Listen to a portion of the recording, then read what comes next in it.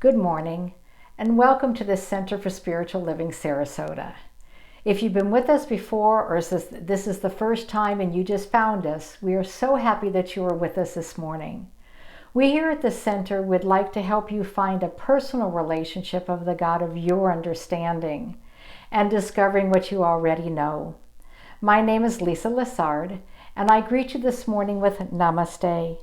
Namaste is Sanskrit and means the divinity in me recognizes and honors the divinity in you. I would like to first start with our vision and mission statements. I would love for you to read along with us. First, our vision. Empowering spiritual growth as a loving, inclusive worldwide community. And now our mission. We teach science of mind principles and other life-affirming spiritual truths. We explore, we learn, we grow, we connect, honoring all paths to God. We offer in-person and online weekly services, classes, workshops, affirmative prayer support, and other spiritual tools.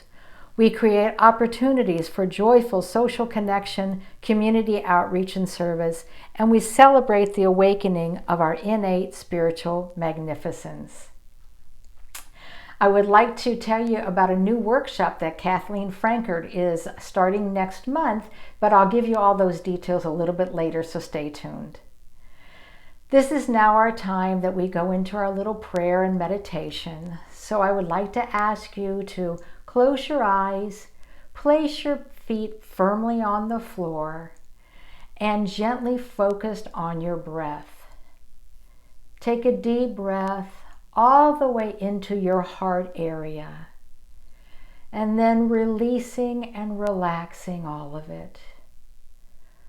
Focus lovingly on your rhythmic breathing deep into your heart while listening to Bob Teesdale and Kassie Coykendall chant, God is, I am.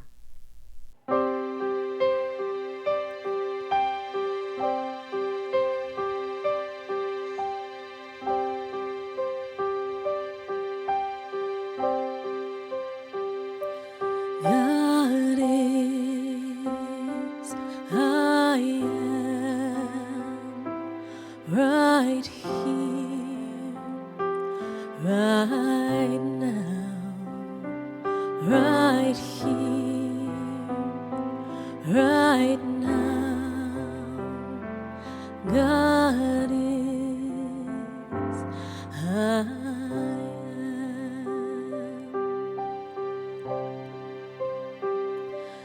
God is, I am, right here, right now, right here, right now. God is, I am.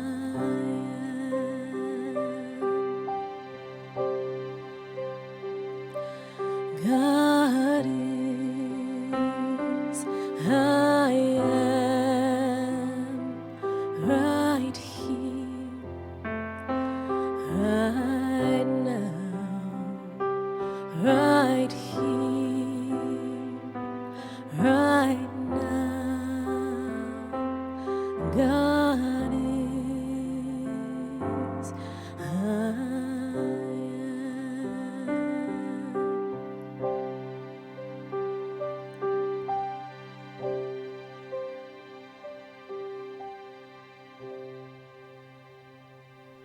As Ernest Holmes, the architect of our philosophy, wrote, "Divine and perfect law is circulating through me right now.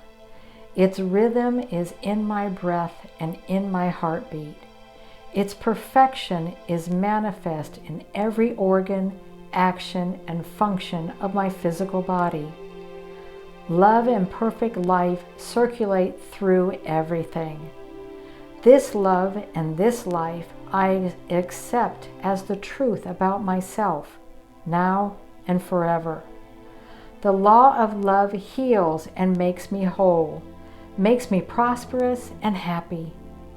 I know that the only power there is and the only presence there is love, the Spirit Almighty.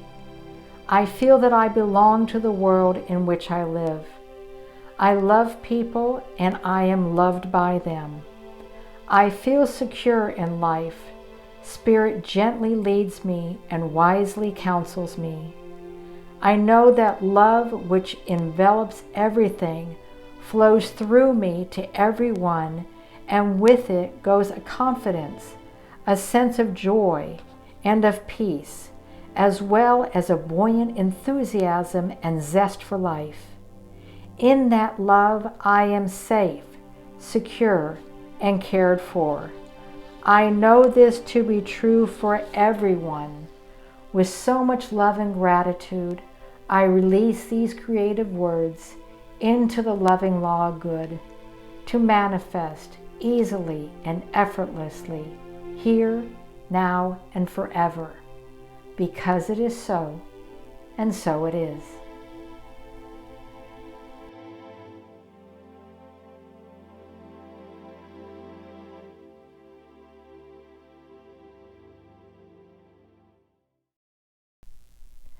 Our wonderful Reverend Karen Wolfson continues her monthly theme of wonder, with this week's message being wonder of proving it all. But before we listen to Reverend Karen, we're going to hear from Bob and Kassie again, singing a Karen Druckert song, I Can Do It.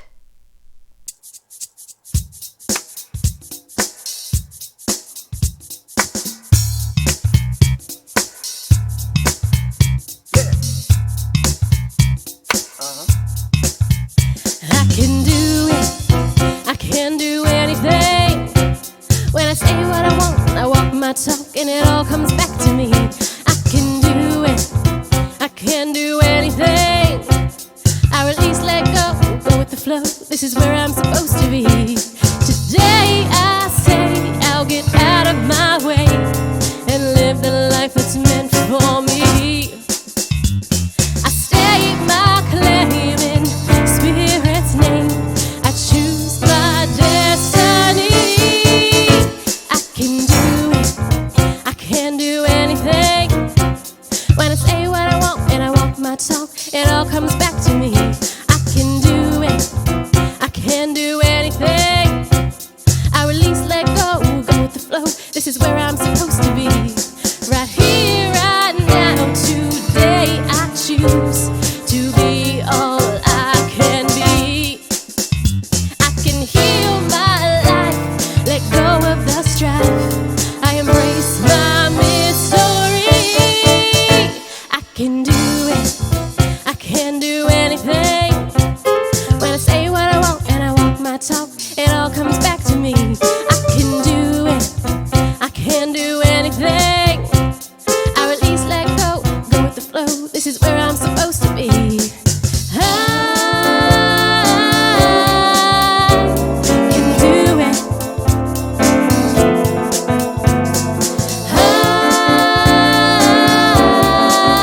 I can do it.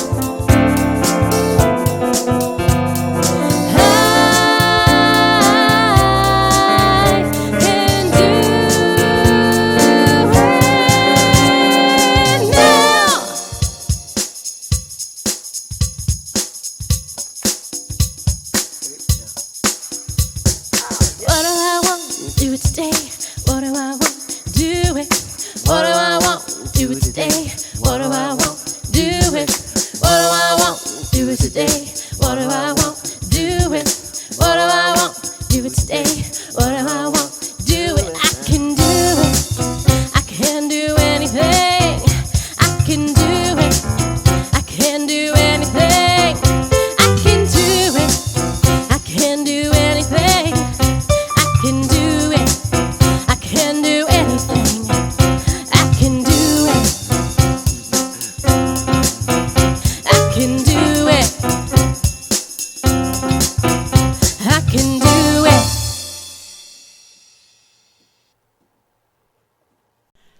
Whoa, thank you, Kassie and Bob. I can do it. I can do anything. Oh, really?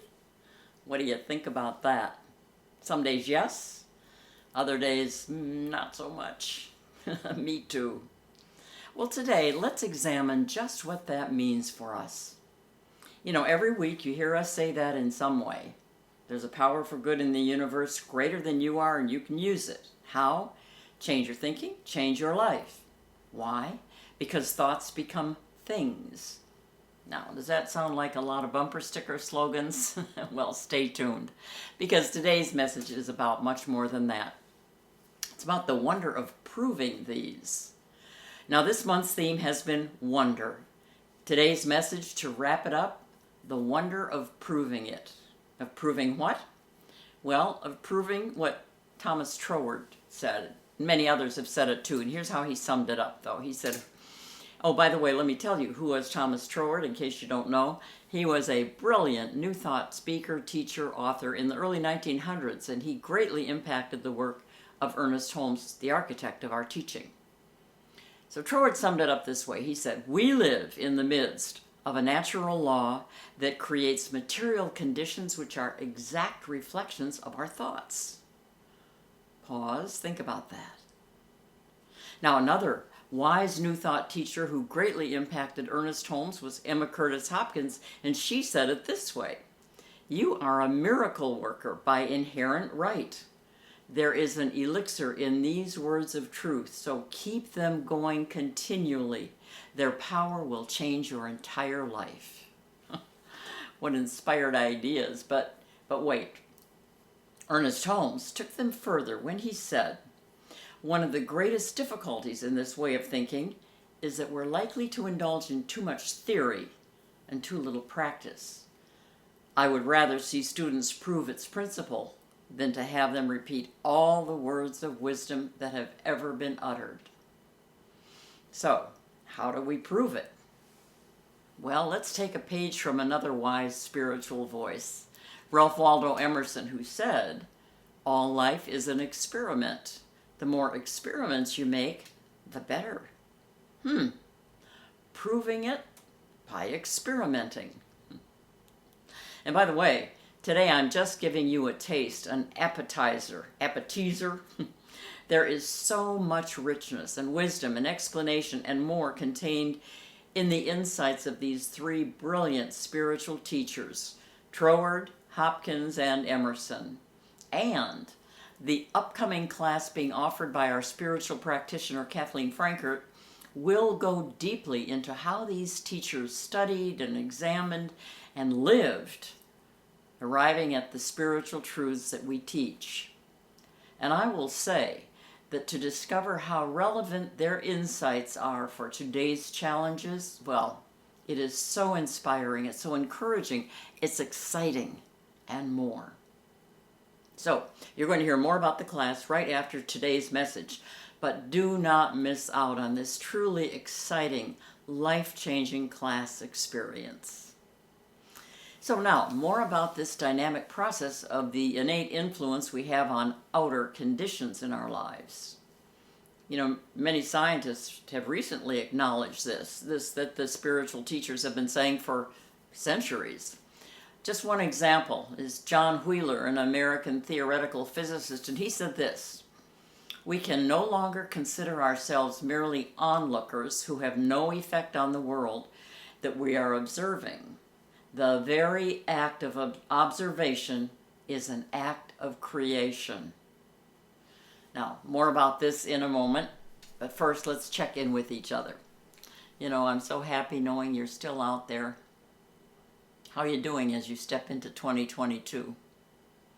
Let's stay in touch this year as it unfolds. And just know that I affirm for you a new year of magnificent wonder.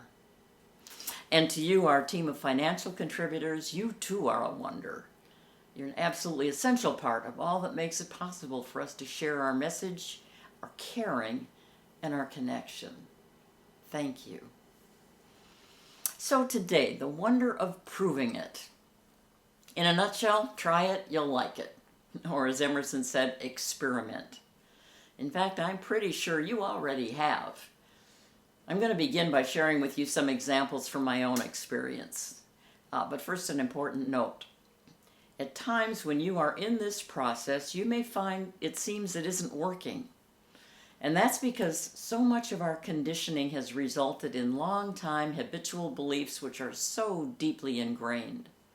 Troward understood that when he wrote this so long ago.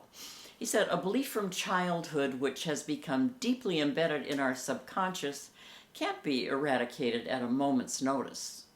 But we begin to change that belief at the level of our conscious mind, and this will eventually penetrate down to the innermost depths of the subconscious mind. Each affirmation, he says, strengthens the hold of the subconscious mind on the new belief. So, let's start with some really simple experiments. And I want to refer you to a couple of really fun books by Pam Grout. Her name is spelled G-R-O-U-T. The two books are titled E Squared and E Cubed. They're full of examples of just what I'm talking about today, and much substance as well about the principles behind the practices of that we're talking about today. Here's one example. Before I knew any of this, 30 plus years ago, I was newly sober, and I was reading a daily recovery inspirational book in the morning, early in the morning. Every day I had to read this. And this was in Minnesota in January when the weather was like below zero. And it was early in the morning before daylight, and I was dreading having to leave my warm bed and head out in the dark, cold morning to my corporate job. I was not feeling inspired. I had attitude. So in my mind, I kind of muttered, after reading this inspiration and all the promises, of a better day, and I wish something would just get me up out of this bed. Now on the bedside table was a nice mug of hot coffee, as was brought to me every day by my wonderful husband, Irwin. Well, as I reached for that mug, I accidentally knocked it off the bedside table onto the hardwood floor. I was out of that bed in a flash, wiping up coffee and broken mug everywhere, mumbling and I won't say what else, all the while. In my frenzy, though, it hit me. My adamant demand had gotten a response. So 2 things to take from this one. The process works, whether or not we're aware of it. At that time in my life, I had no clue. And number 2, the process works, but not always in the way we might have expected. Now here's another example. I was many years later at a big conference of our organization out at Asilomar, which is on the northern part of California. Beautiful area, right on the ocean. And it's very casual, so I brought all casual clothes. It's kind of cold too, so casual warm clothes. Well, it turns out I was invited to a very, very nice reception during that week. And it happened after I already got there, and I didn't know what I was going to wear. I didn't have anything appropriate for a fancy reception. So I set the intention. I just knew that somehow, I didn't know how or where, but I knew I would find the perfect thing to wear. And what do they say? How you look is what counts. Well, anyway, I somehow found a car from somebody, borrowed a car from someone, found a mall, big mall. But I walked in, the first store, the first department, the first area that I came to was like a laser. I saw the perfect, beautiful silk jacket. It had my name all over it. I loved it. I said, I've got to get it. And I thought, I don't even know if I have any slacks to go with it, but I didn't care. I bought it. Well, of course, I got back to my room, and I found I had a pair of slacks that was just exactly the right color to go with that beautiful silk jacket. It worked. And, speaking of shopping and intentions and our thoughts creating our experience, a couple years ago I was at Bed Bath & Beyond, and I was shopping for sheets, and I knew exactly what I wanted, the exact kind, the brand, everything, and I found one package, perfect, but I wanted 2 packages. Nowhere could I find that second package. I looked on every shelf. I kept going up and down the aisles, and I kept saying to the universe, I know there's another package here. About the time I said that in my mind, I almost tripped over a package of those same exact sheets right on the floor. So there you go. I had my 2 packages of the sheets I wanted. Now, something else. When I would go shopping at Costco and buy the big 24-bottle cases of water, I lifted them one time and I found they kind of pulled a couple muscles I didn't want to be having pulled. So I vowed I would never lift those things again. That someone would always be there to help me. And do you know, for I don't know how many years, I don't buy them that big case anymore. But when I did, every time when I was in the aisle at Costco, it might have been nobody else there, but someone would then walk up, someone who was perfectly capable and more than happy to help me put that case in my cart. And then when I was out going to my car, again, there might not be anybody around, and I thought, no, I know someone's going to show up, and sure enough, sometimes a couple of people would pass by, but they were not, I knew they weren't capable of lifting it, or it wouldn't be appropriate to ask them. And then someone would come by and be the perfect person, more than happy to help, and easy for them. So it worked again. Now, a colleague and friend of mine, Reverend Nancy Fagan, had this experience, and she'd been practicing this principle for decades during her ministry. And she happened to be planning to move. And she casually mentioned to a friend, I'm ready for an angel to come for my wicker furniture. A couple of hours later, a woman arrived to buy something else that Nancy had advertised for sale, and the woman noticed the wicker furniture. And she immediately wanted to buy that as well. So they made arrangements, and when her husband arrived to pick it up later that day, Nancy said, he introduced himself and said, my name is Angel, and I've come for the furniture. No kidding. And when he gave her the check, which was good, it had his name on it, Angel, and whatever his last name was, and it was also had all kinds of little angel cherubs on it. The universe sometimes has a cute sense of humor. So these are everyday examples, and I bet you can think of a lot of these that you've experienced. I want you to celebrate those and pay attention to them, because that's the process in action. Now, let's apply this to the big ticket desires that we have. Think back to a time when you've been so totally determined to do something that absolutely nothing could deter you.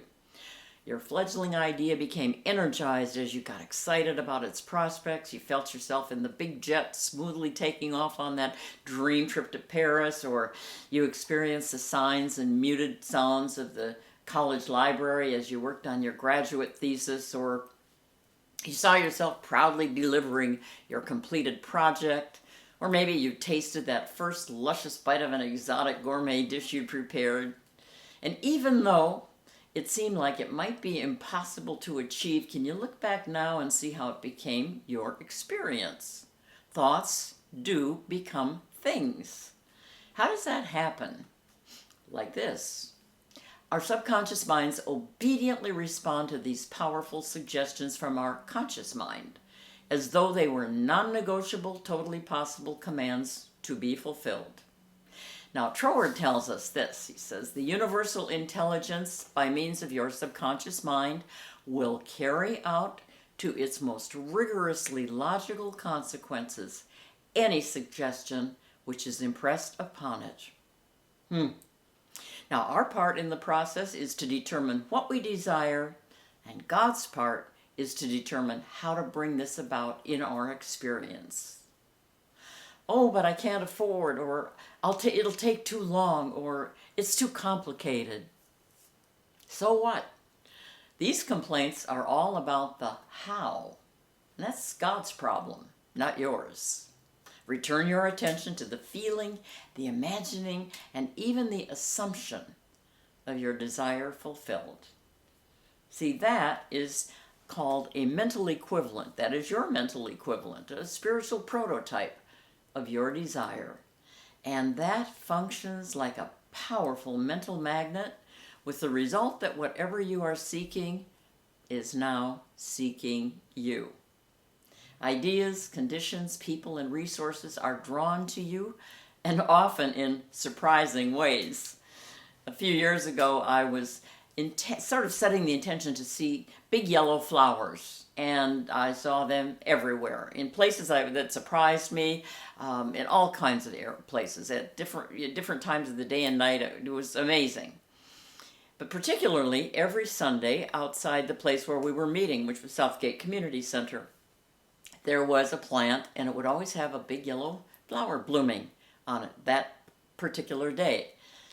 Well, one Sunday there was no yellow flower, and I was disappointed. I thought, well, we had a good run, so maybe that's the end of it. Well, I went into the service, did the service, and at the end there was a young woman who said, I want you to come out and look at my new car. Now, I didn't even know her. She was quite new to our center.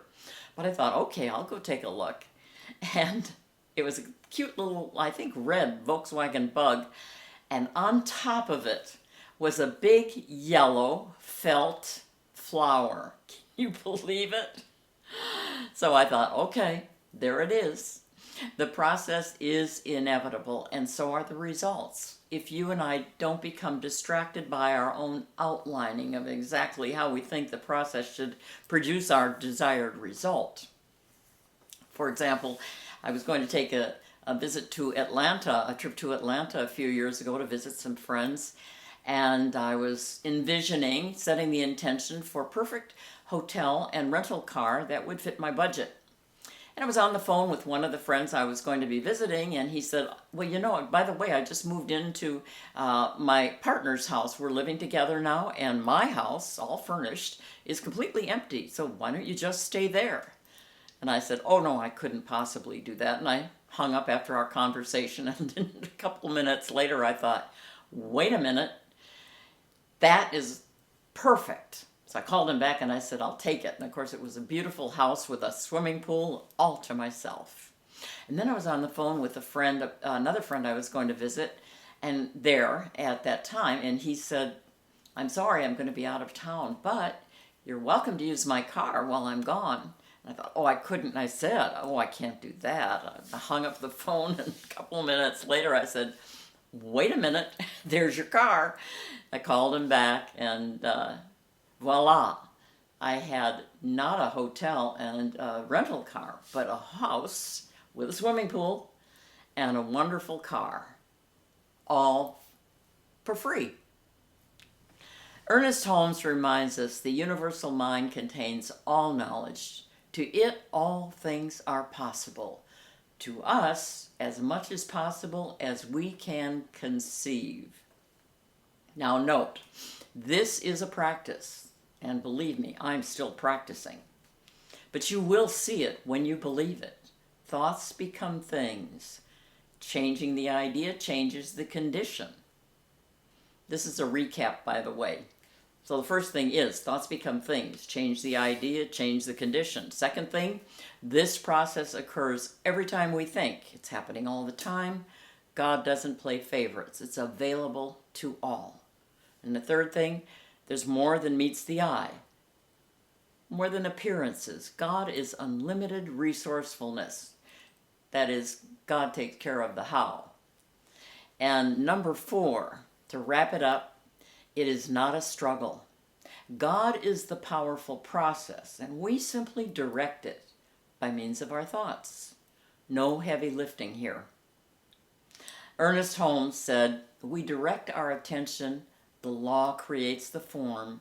We should approach the law normally and naturally, and with a sense of ease. Consider the law and the spirit as friends. Or, as Kassie and Bob are now going to remind us with a song by Karen Drucker, let it be easy. That's right, let it be easy. Let's do this, and let it be easy. The wonder of proving it. See you soon.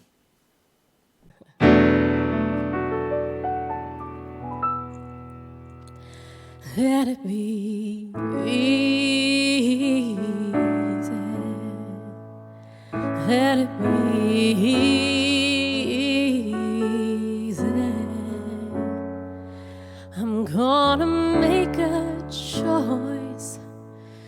trust my voice. Let it be easy.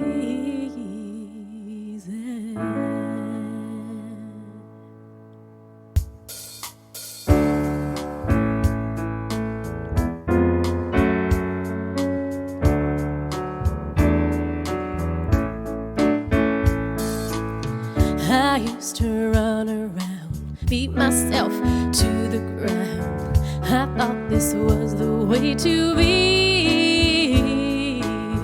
I thought that true success was having so much stress, till I heard a voice calling to me. Let it be easy. Let it be easy. I'm gonna make a choice to trust my voice. Let it be easy.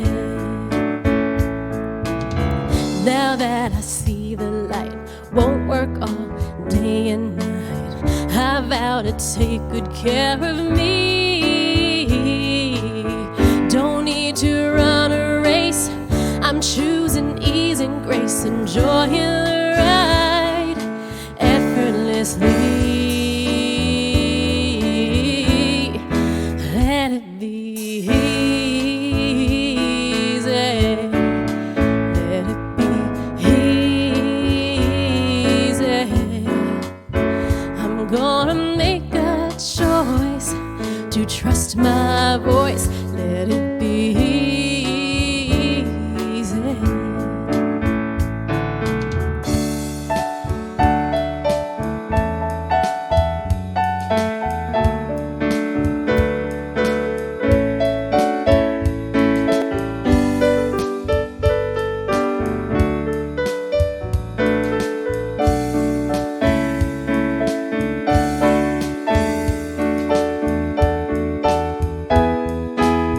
Let it be easy. Let it be easy. I'm gonna make a choice to trust my voice. Let it be easy.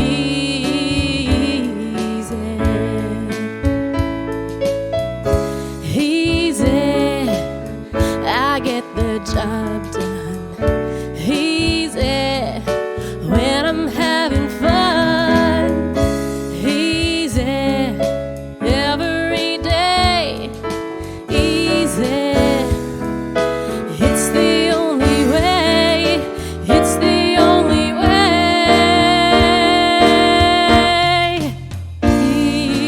Easy, let it be easy. I'm gonna make a choice to trust my voice. Let it be easy. I'm gonna make a choice to trust my voice. Let it be easy. I'm gonna make a choice to trust my voice. Let it be easy. I'm gonna let it be easy.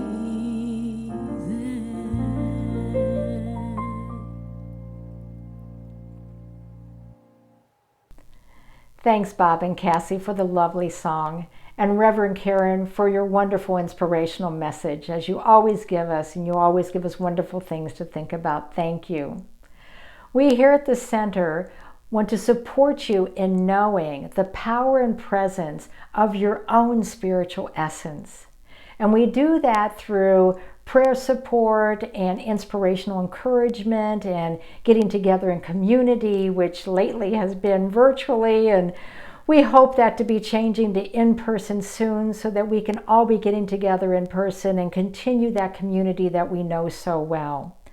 This is all possible by the generous financial contributions and offerings to this center. You can contribute and offer in 3 easy ways. If you go to our website and click on the donate button, that will make it so you can contribute either via PayPal or by credit card, or you could send a check to the address. Also, you can set up automatic contributions through your online banking. And now I would like to ask you to please join me in placing your hand over your heart, blessing your gift, and know this with me. My gift goes forth to bless, to heal, and to prosper, and the divine flow returns it to me multiplied abundantly.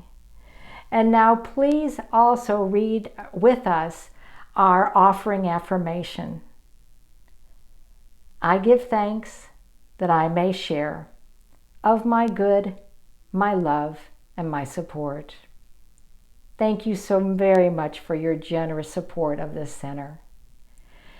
Is anyone in need of prayer support? If you do, we have some wonderful people with the center that can help you with that. Kathleen Frankert, Jim Groves, Ron Frost, Nicole Reeds, and Sean Scanlon are all spiritual practitioners with the center. So you can just click on the prayer request on the website and send them a request that way. Otherwise, they are also available for 1 hour online spiritual coaching sessions.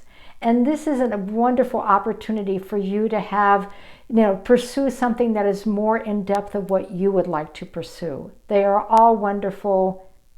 Please reach out to them. Also on the website, you can sign up for our weekly newsletter. And of course, on Facebook, you can always see up and coming events.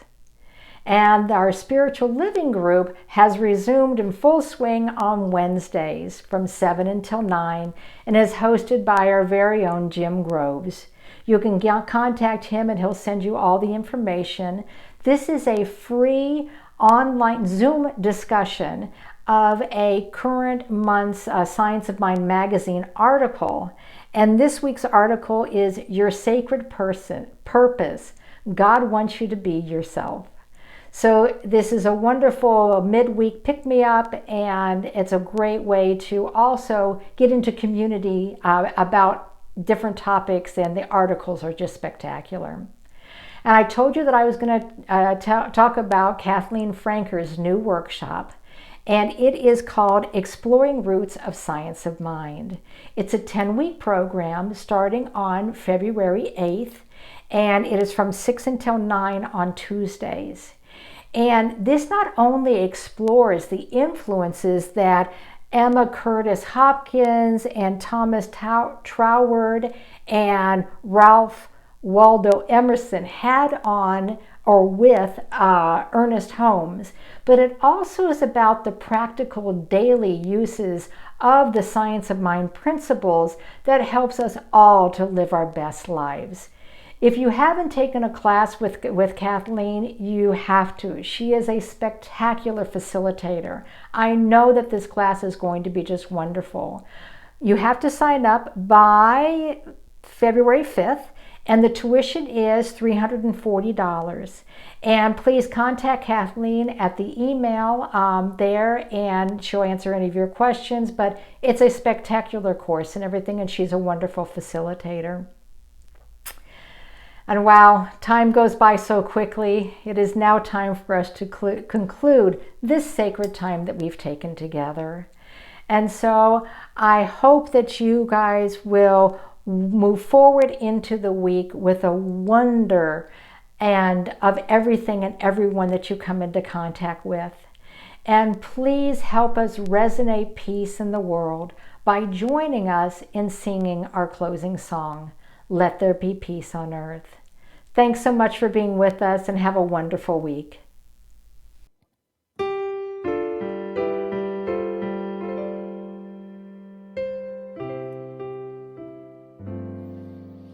Let there be peace on earth, and let it begin with Let there be peace on earth, the peace that was meant to be, with God our Creator. We are family. Let us walk with each other in perfect harmony. Let peace begin with me. Let this be the moment now.